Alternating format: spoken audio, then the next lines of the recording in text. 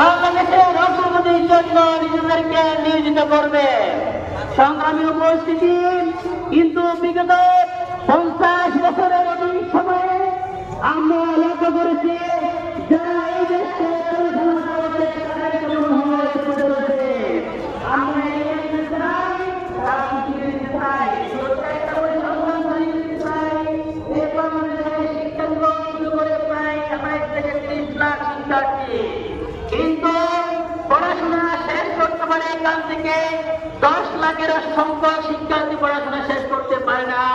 যারা পড়াশোনা শেষ করে তাদের 50% কর্মসংস্থানের ব্যবস্থাপনা হয় না।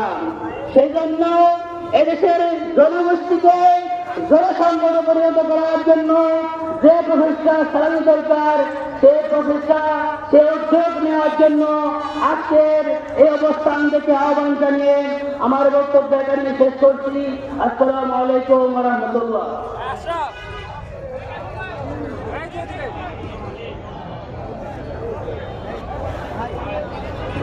সম্মানিত উপস্থিতি, আমরা সবাই বসে যাই, কেউ উঠবেন না।